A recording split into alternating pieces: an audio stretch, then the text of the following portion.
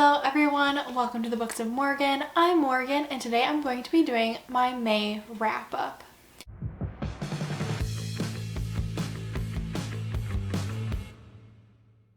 Now in the month of May I read a total of 6 full books and I started a 7th but didn't finish it, but I'll get to that one in a minute. But yeah, I just wanted to show you all the books that I read. So I'm pretty happy with how much I was able to accomplish during the month of May despite some challenges and obstacles that went on throughout the month. So I'm going to talk about the different books that I read and how I felt about them and all that jazz. The first book I'm going to start off with is my favorite book that I read this month. I gave this one 5 out of 5 stars, and that is Medium Raw, A Bloody Valentine to the World of Food and the People Who Cook by Anthony Bourdain.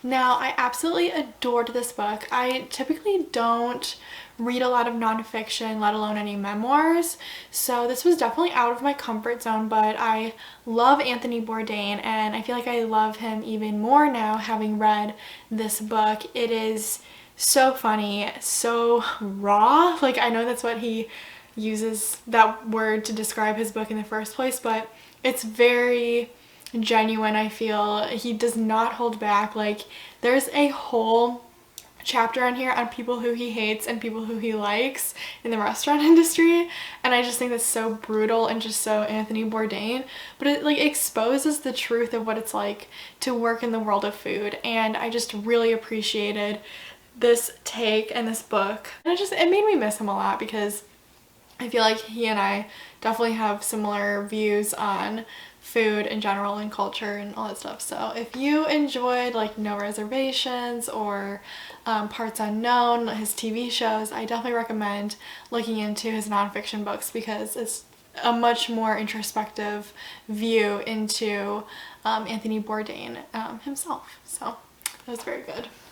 Another book that I read this month was Undead Girl Gang by Lily Anderson. I gave this one 3 out of 5 stars. This follows, who does this follow? See how unremarkable it was? Oh, Mila. This follows Mila, who is a high school student whose best friend passed away.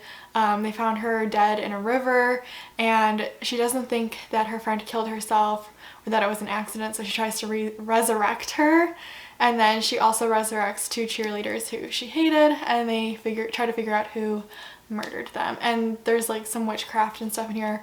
It very much talks about Wicca, and I don't know how I feel about that. Yeah. I've read other books about Wicca and they were really not my jam, so to read it in like a YA contemporary paranormal novel, it was just kind of like a weird integration. I thought the writing was decent enough. It was really easy and quick to read through, but there was one line, and I think it's kind of dated, because they're like, I love dancing to Uptown Funk by Bruno Mars, and I'm like, why? That's like such a weird thing to mention in a book. So like the pop culture references are definitely some that are going to be dated. Like, I think if you read this in 2 or 3 years, you'd be like, what century is this from? Because it's like contemporary, but you know, not really. So didn't really love this one, so I gave it 3 out of 5 stars, but it was a fast read and it was entertaining for what it was. I read another contemporary novel. I read Emergency Contact by Mary H.K. Choi. This follows Penny and Sam. Penny is starting her first year of college at the University of Texas, Austin, and Sam is a college dropout, and they kind of form a relationship, but mostly their relationship is through phone conversations. It's like through text message and all that stuff. So I wanted to read this because I feel like that's a lot of how people have been establishing their relationships and making connections during the pandemic. So I thought this would be a good connection to read while the pandemic was happening. But I gave this one 3.5 out of 5 stars. I enjoyed it, again, for what it was. There was a few parts in here that I just really didn't like. One of the plot points is that Sam may or may not have gotten someone pregnant, and there's like this whole like random subplot, and I'm like, why is this here? Like, there's no reason. Like, it doesn't bring the 2 main characters closer. It doesn't like really do anything for the story, so I'm just like, why is this existing here right now? And then yeah, there's just like random things that happen in this book and I'm like, what is happening? Like I don't get it. Like it was just like random. Like if it had just focused on the romance between the two main characters, I think it would have been a lot better.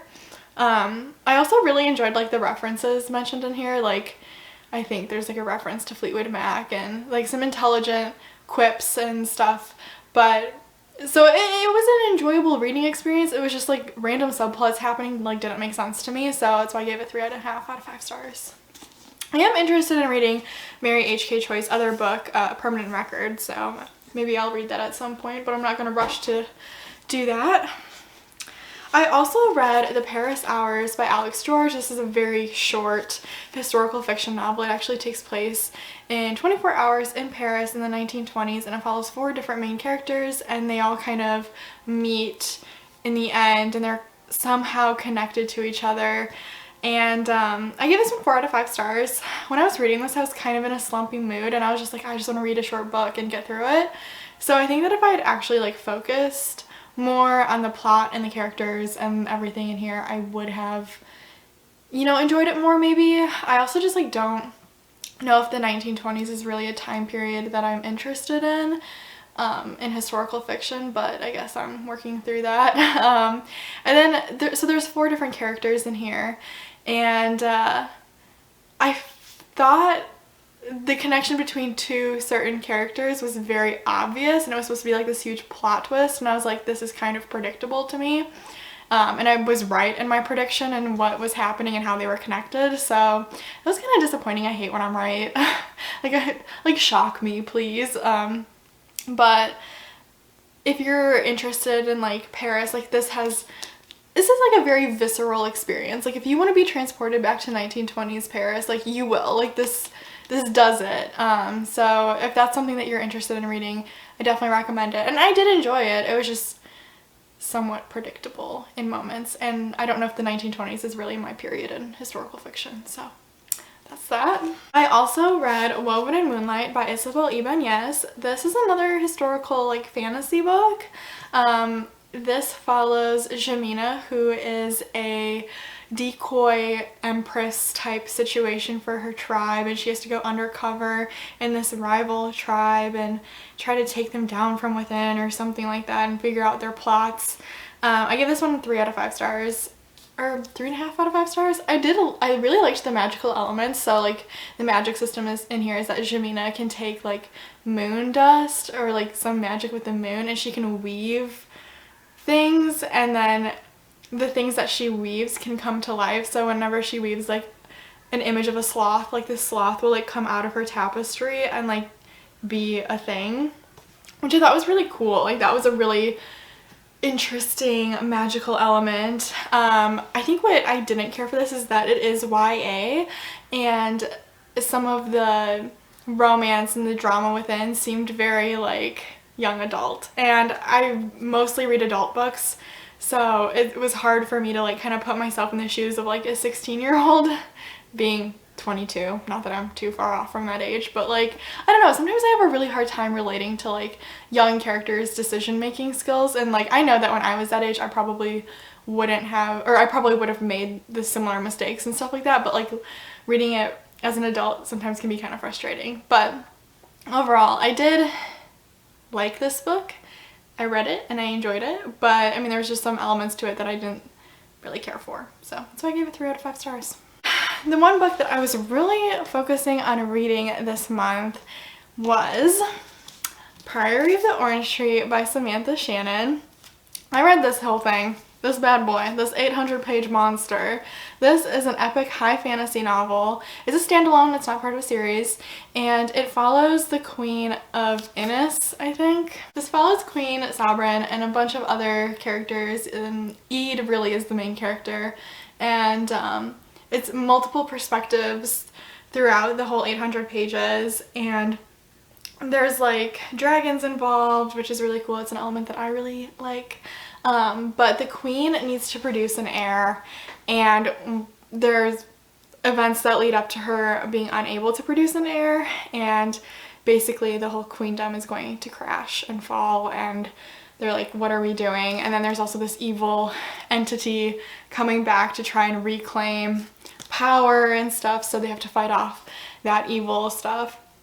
I enjoyed this book. I gave it 4 out of 5 stars. It had some of my favorite elements in it. It had really good romance, it had pirates, it had action, it had dragons, like, it had a lot of things that I really enjoyed about it. I think the writing was really good too. My only thing is that this was too long, and I think that there were perspectives in here that didn't need to be there. So I just feel like there was a lot of filler chapters where I was like, I know you're kind of giving us important information for the end, but it could definitely be edited down.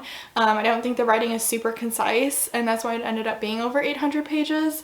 So I think that ultimately, if there was a better editor, it probably could have been cut down to like 600 pages if you were really brutal about it, and cutting out different perspectives that really were unimportant. I think it would have made this like a 5-star read for me. So that's just my personal opinion on that. But overall, if you're looking for an epic high fantasy that's not an entire series, I would definitely recommend Prairie of the Orange Tree. And the magic system is also pretty cool. Now, I started reading another book. I started reading Nevernight by J. Kristoff in May. I got to about halfway, so I'm hoping to finish this. I'm hoping this will be the first book I finish in the month of June. So definitely going to finish this quickly. But I just wanted to mention that I did start reading this, and I don't know how I feel about it yet. Like, I don't love the footnote aspect in this book. I don't really know if I even like the main character or the magic in here. So I'm just trying to like sift through that and kind of get through this like world building that I'm currently in. And hopefully once like more action starts happening, I'll really enjoy it. But so far, the writing style really isn't my cup of tea. I do like the humor, I like the gore, I like all that. It's just like the format of the way things are is really strange to me. So yeah, it's a different, unique reading experience, and I'm here for the ride. And I'm definitely going to finish this book soon. So thank you so much for watching this video. If you enjoyed it, please give it a thumbs up. And if you want to see more from me, please hit that subscribe button, and I'll see you next time. Bye!